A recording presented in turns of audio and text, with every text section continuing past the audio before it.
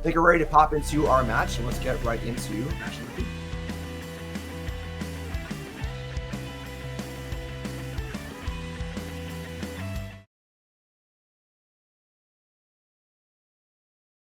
All right, so opening hands here. Looks like both players are keeping 7. Pretty good looking spread for Alex, and Caleb also has the flare but no creature. Caleb's hand looks a little light here. What do you think about this is the hand on the bottom? Yeah, it does make sense. As you mentioned, Caleb is going to be more than happy casting his Flare of Cultivation, so that's probably what's going to happen in this hand. And as we see, he did keep that hand. What do you think the keys are? Like, who's the beat down? In kind of classic sense, like who's trying to beat down fast, and then who's trying to hold on for dear life? For sure, Alex is going to be trying to be the aggressor in the matchup. Scape Shift just goes over the top of basically everything, and Caleb's deck is also a ring deck, a sweeper deck, so he's just going to try to defend himself, his position for the longest that he can, while he draws a eventually lethal Scape Shift or Dryad of Listen Grove with Valakut. Okay, so we see a turn 1 such supplier from Alex. Mills over 3 cards. See a Birthing Ritual in the bin. And a new Flip Planeswalker in Grist comes in as well. And then a couple flares, Not Dead for All, and 6. The flares are going to be not super exciting here. And 6 is a little slow as well, not really falling into that beatdown plan. Over on Caleb's side, we see a couple Ren 6s. We see the Tutorial Razor here on turn 2, which is a little inconvenient, but still a creature for Flare Cultivation. We got Ren here, we have the Flare, or we have the Reprieve. A lot of options as far as what Caleb should be trying to do here on turn 2. What do you think Caleb should go for? Yeah, Arboreal Grazer actually a pretty good draw. It does speed up Caleb's hand considerably. There is no payoff in the hand just immediately, so it does make sense to go for Ren 2, but I'm not surprised by choosing Arboreal Grazer as the play here. Caleb gets to put an extra land into play, then ramp with Flare that puts him at 4 lands immediately, 5 next turn, so there's plenty of mana. It's going to be easy to keep up the Reprieve later on, and also conveniently that does play around the Flare of Malice, which otherwise Alex could use with combination with Not Dead After All to flip Greased. Oh yeah, definitely. Grist is the ability where it comes back if a thing dies. And again, we see kind of like the cute graveyard things happening on Hayne's side, but not a lot of actual pressure. So great job for Caleb. And we see 4 lands in play. Passing back over to Hayne, who Yeah, MTGO Masters, which is going to for be sure, Alex's milled cards are less threatening than 2 pairs of Vengevines, so here's yes, that. yes. So just a pass from Hayne with the Bowmasters available as well as the flares and Not Dead After All. No land drop for 6. Caleb draws another land, which is a main part of the plan, obviously, but a little fluttered here. But of course, Ren 6 can help out with the cycling land, can return some other things. Also, Reprieve also available, and of course, Ren is a machine gun against these small creatures as well. Ren's in a We could plus. see Ren pinking one of the creatures there, such as suppliers to be exact. But instead, Caleb chooses to just get back in mountain, probably maybe trying to cycle Jetmir's Garden later to try to find one of his payoffs. It seems reasonable. So now we see what the play you called out earlier. So Not Dead After All targets the supplier, giving it the ability where when it dies, it will come back. And then we're going to see a flare to sacrifice it, which will of course mill some cards, return the supplier, and then allow a Grist to flip as well. The The Grist flare flips also. is gonna be the first time ever I've seen the backside of this Planeswalker in play. Yes, the I Black believe. Planeswalker, it makes some tokens and it disenchants. And I don't actually recall the ultimate ability. When we see it on the screen, we'll figure out what that is. But again, kind of more of a grindy effect, not really kind of the fast clock that Hayne is looking for here to kill Caleb before that eventual ring or Scape Shift shows up. So, And with a second Ren in hand, Caleb is just more than happy to let this one go. yep, so we see a land as a drop return. We see Grist flip over a card, make a token. We see a Bloodghast. So now a few Bloodghasts in the graveyard, getting ready to kind of up this clock a little bit. Bowmasters available also, N6, then another Flare. And we do have that Wicked roll on there too. So things starting to go Hayne's way a little bit as far as getting some actual power on the battlefield. And Bloodghast conveniently not a creature that is easy to keep down with just some sweeper effects like Wrath of the Skies, so might So actually be a problem. yeah, Caleb definitely is set up very, very well here, but not a made hand. Needs to either cycle or maybe cast a reprieve and needs to find Ring, Wrath of the Skies, Scape Shift, some sort of big payoff card. Common in these ramp decks where you're kind of just waiting to draw this big payoff. We see Overgrown Tomb untapped. 2 Bloodghast triggers go on the stack, allowing them to return. They will not have haste yet because they have haste at the 10 life mark, which could be relevant later in the game. But Imagine see a little attack here as well. Here comes the old supplier in for 2, thanks to that roll. And down to lucky 13. And following up here is 6. So just 6 on the lonesome without Ren to hang out. And Caleb's going to say, no, thank you. I would like to draw a card of reprieve and put that back a turn. Reprieve classically, just like remains strong against spells that cost 3 or more mana. Yeah, definitely a pseudo-time walk. Setting up Alex a lot this game. Yeah, and then we got a big one here, of course, the Surveil lands, giving Caleb access to a little bit of search here in his Naya deck, not usually a color combination known for search, and spikes the Flage off of the Surveil. How about a land that casts Entomb? Does that sound pretty good? It does sound really good. And now just Galvanic Discharge as the top deck. No energy for Caleb, so I guess he cannot kill Grist with it, which would be probably the most valuable target to take down, but he's still gonna be happy escaping this Flage and just presenting a threat that's just really hard for Alex to defeat. Yeah, and the good thing here too is that the Flash comes into play. It's going to have some effect in the game, gain some life, put a thing down. Could die to the flare or something else at some point, but I think this sort of road bump for Caleb is exactly what he's looking for to kind of buy the time to again find that escape shift, find that ring, and so on and so forth. So we see the Flash coming Exactly, into play. and after a flare, you just simply recast it after just a turn or two, so not a big deal. Few fetch lands available as well as a discharge. So here comes the Flash, and of course the triggers will go off with the Lightning Helix effect.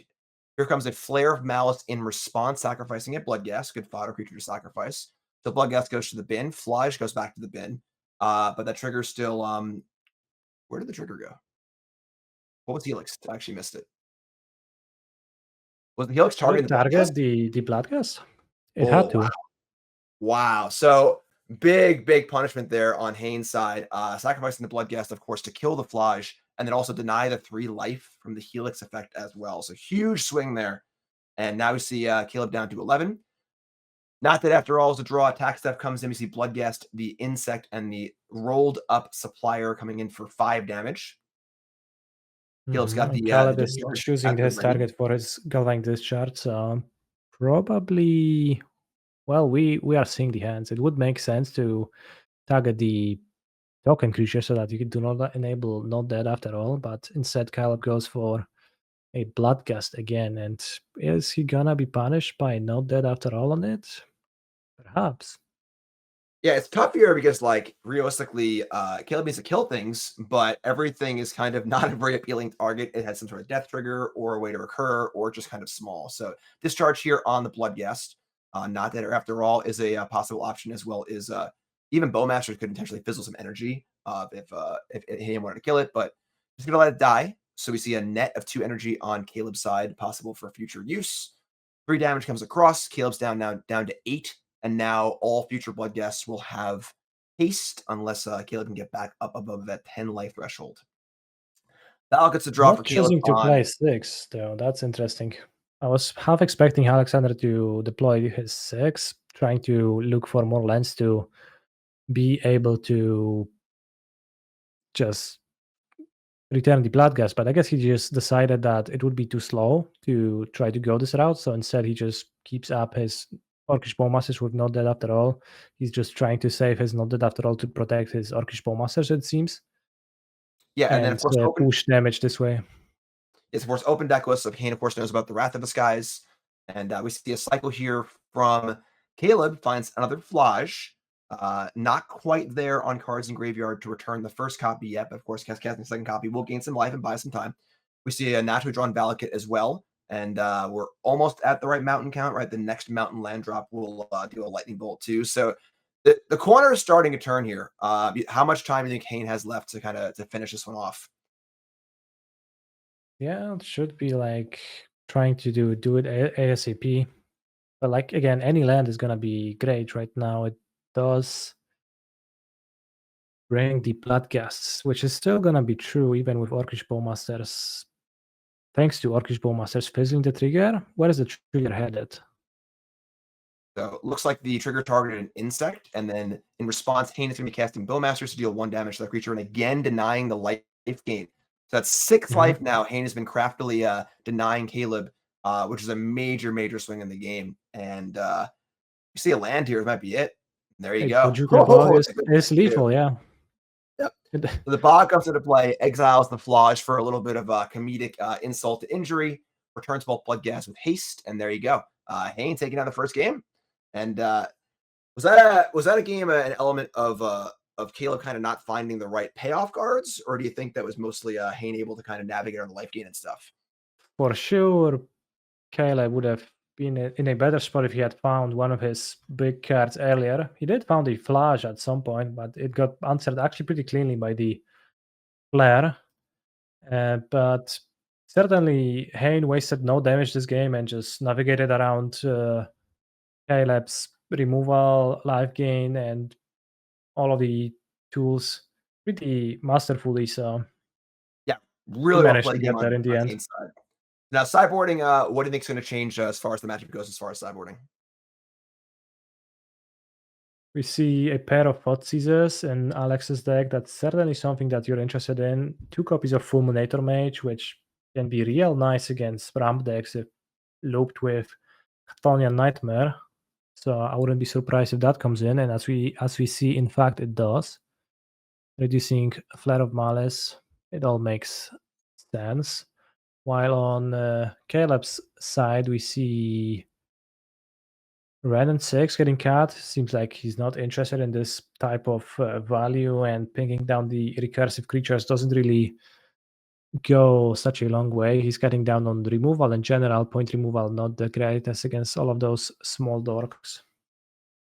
Interesting, even though the damage effect of Ren not being super effective, the card draw element of kind of getting more resources against a grief scam deck. Because even though Haynes' deck has a lot of cool stack elements going on, there's still a full scam happening here, right? All the not dead after rolls and the griefs. But Caleb gonna go for some other effects like the Veil of Summers, and we'll see how it all plays out. The Celestial Purge in hand for Caleb, also Anger of the Gods, a couple great ways to exile things.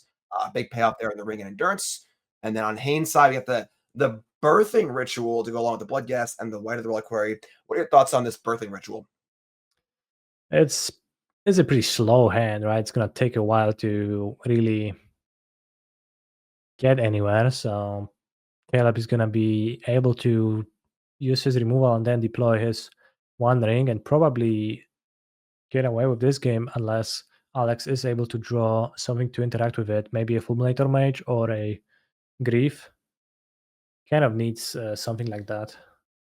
Yeah, as someone who's a Bloodghast lover, you love Bloodghast, you don't want to cast Bloodghast. So turn 2 Bloodghast in a form as powerful as Modern, not so exciting. So we see a land and a Purge. Caleb not wanting to be greedy there and wait on Anger of the Gods. What do you thought? Do you think you should have waited a little longer, or are you happy purging there?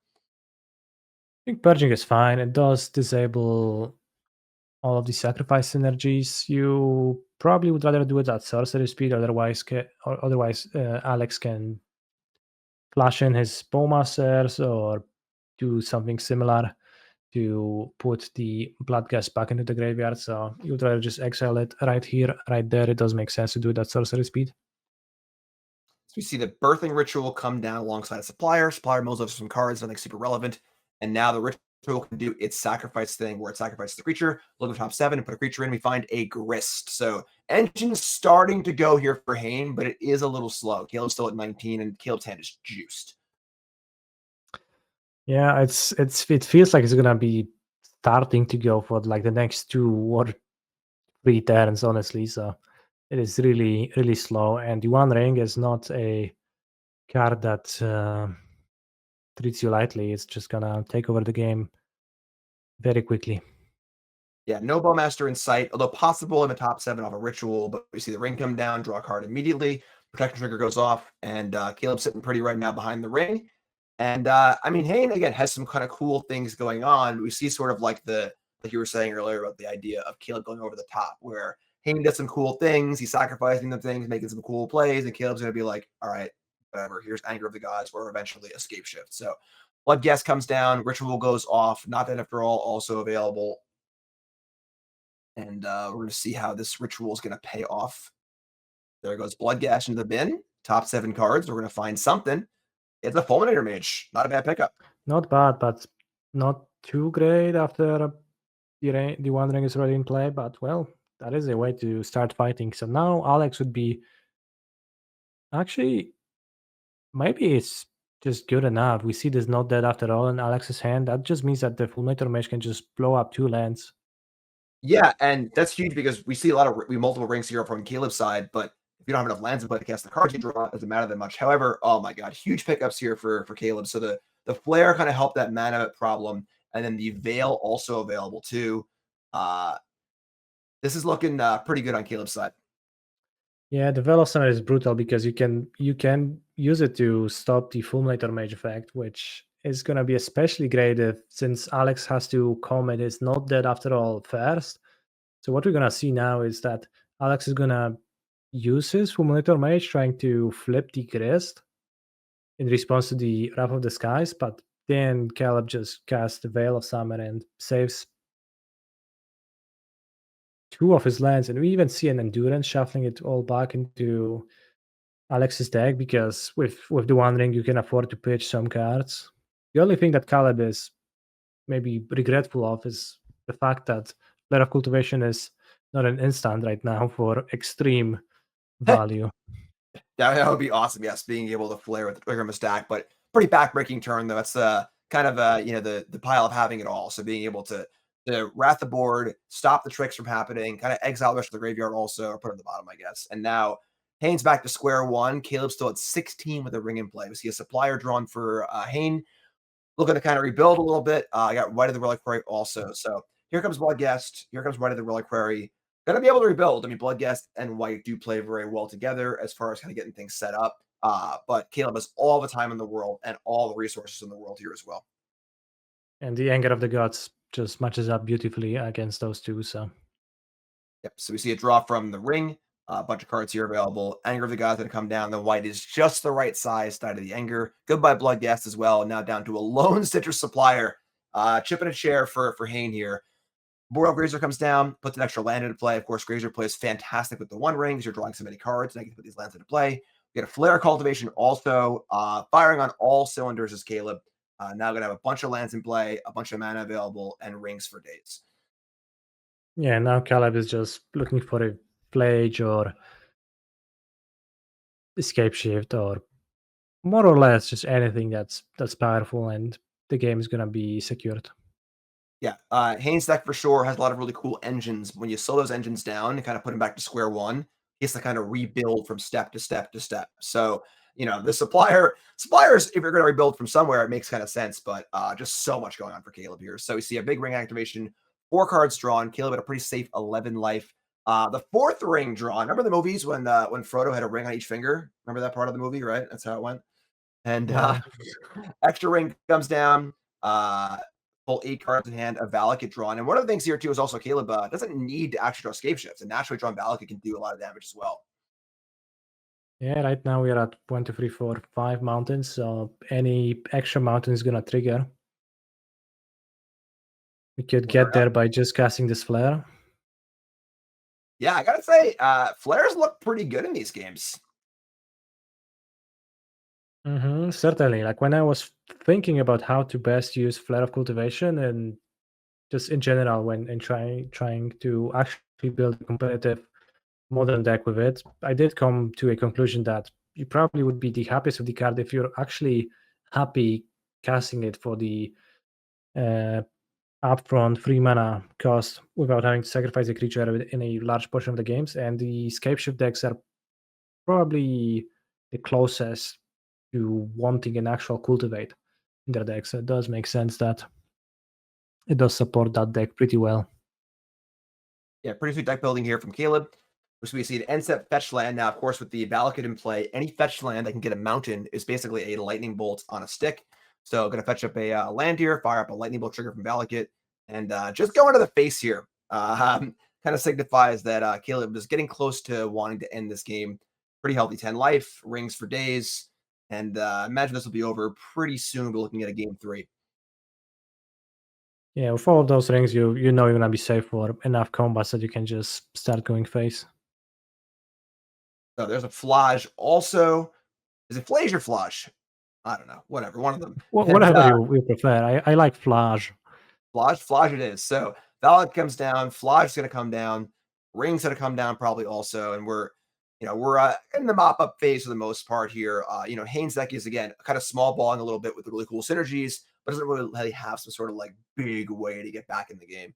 So see Rat the Skies from Caleb. See it not dead after all to save this White of the Reliquary. But of course we can see that the ring is going to keep down any sort of attacks here. So we're going to see a follow up here of the third ring, and trigger goes off. Protection will happen, and you think Caleb will draw a card here with the ring? All right, there Sure, you why go. not? Sure. All right, so 9 life, too many cards in hand, discarding the hand side. Of course, found the Scape Shift here also. So next turn, Scape Shift will wrap things up completely. But even without the Scape Shift, the Flage and natural land drops probably would have been able to do it as well. Tower's a draw for Hayne. That's not going to do it. We're going to see a sacrifice from the White of the Reliquary, sending a supplier to the graveyard, going to mill a few cards and go find a land. Do Jukabog we is have a milled. land that solves the situation? I am doubtful of that, but The new let's see. MH3 land that destroys 2 lands, discards their hand, exiles an artifact, and yeah. So see if that land exists or not. Looks like it's a mortuary, so a surveil. Unfortunately, Not this was quite hitting for there. next turn, but there's probably not going to be a next turn for Alexander. So that's gonna be that. Gonna pass it back, and then we'll see how Caleb wants to wrap this one up. Untap, take 1 damage from the ring down to 8, draws another Scape Shift, and all over here except for the crying. Scape Shift will come and do some stuff. Honestly, even just with the land drops alone, there's still a fetch line in play. Second Valak hitting the Flage is probably enough, but Shift works just as fine. Yeah, with Scape Shift, it's always, a little bit of a dangerous game. You have to go back, look at your deck list, make sure exactly how many mountains are in there. You don't want to find yourself in one of those silly scenarios that many Scape Shift players have found themselves in over the course of history, where you accidentally sacrifice one too many lands, only to search your library and find nothing to actually trigger a Valakut. So Caleb probably making sure that his spell is going to function the way he wants to. Yep, there are a lot of mountains in hand. When you are ringing like crazy and drawing, you see Caleb's down here to almost 20 cards in deck. So a lot of mountains accounted for, but I get a feeling there'll be enough here. Caleb probably checked it out, and it looks like there will be another Valakut, a Stomping Ground, a Jetmir's Garden, and gonna be enough triggers here to finish thing off. So 6 triggers. Caleb takes game 2. Now Hayne's back on the play for game 3, and play draw obviously a really big deal here, right? Yeah, for sure, as in every matchup, I guess, in the course of history. But Alex is certainly going to try to hit one of his grief scam starts. He hasn't gotten one in either of the games, so by the numbers, he's due for a game like that by now. So probably hoping to get there. Basically, pencil in is guaranteed. Yeah, if it hasn't happened in game 1 and game 2, it's definitely gonna happen in game 3. It's just how math and numbers work for sure. So grief scam on tap, a couple Thoughtseizes on tap. And yeah, the Fulminator Mage, Caleb was able to play around it with the Veil of Summer and kind of a good sequence. Partially backed up by the ring, though. It was because Caleb drew so many cards off the ring, he was able to have the endurance and the extra resources and the Veil available also. So we'll see. And see, the law of averages prevails. Grief, scam, and I a told pretty you. good hand overall. Yeah, unfortunately for Caleb, these Veils of Summers are much, much, much worse on the draw, to the point where they just might as well not be there, or soon they won't. Yeah, what are your thoughts on that? I've always felt weird boarding in Veil of Summer against Thoughtseize and Grief decks on the draw. Is it even worth having to your deck? it's still worth it to have that effect or whatever, or is it kind of like this where you just kind of feel silly because you can't do anything with it? Yeah, it's a bit rough. Like when you're on the play, of course, Veil is great because you can protect yourself from all of the grief openings. But on the draw, you should probably heavily reconsider if you want to keep this effect in your deck. Maybe try to think of how likely is Veil to become active on some later turn of the game, which it could still protect from a Fulminator Mage. So it's not fully unreasonable, but certainly much worse. Huge draw here for Caleb. So, of course, Caleb now under the gun of his 4-power Grief with only a couple lands and Escape Shift. And Caleb actually boarded out a few more of the discharges as well, cut some more spot removal because it is pretty bad against most of the creatures in Hayne's deck. But a Purge off the top is just what the doctor ordered. Can answer that Grief pretty cleanly. We see a Mortuary from Hayne, a little Scry action here. Going to miss a 2-drop with a tap land, so no Ritual and no White of the Reliquary, but a Grist on tap. We'll see a Scry. We'll see if possibly we can see a little Entomb action here for a good card for the graveyard. These Surveil lands, much, much better in graveyard decks than in your average deck, where they are still very good. So Surveil on the stack. We're going to see how that turns out. And a decent follow-up for Hayne, but once Caleb answers his first Grief, he's going to be able to buy himself a lot of time. Yeah, the Celestial Purge is going to be a huge difference. The Grief would deal just 4 damage every turn. It would quickly add up and put Caleb in single digits where even drawing the One Ring later on wouldn't have been so effective. Thanks to the Celestial Purge, it's going to stay at 15, 16, a dozen life points for quite a while, so much more comfortable of a spot. And now Alex has a pretty tough decision to make, honestly, between which to drop to deploy. Yep, so He's pretty quick to choose white, so maybe it was not as tough as I made it out to be. Nope. All right, well, he changed his mind, so was going with the white and then changed it up and decided to go for the Ritual.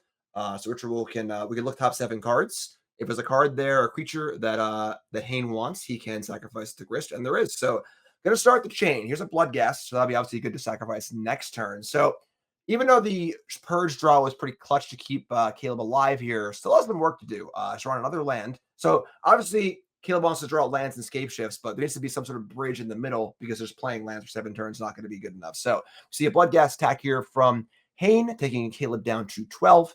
Another Nightmare is the draw. So a little clunked up on the Nightmares here. Going to play a White of the Reliquary, and then hopefully look for maybe a Fulminator Mage off of this Ritual.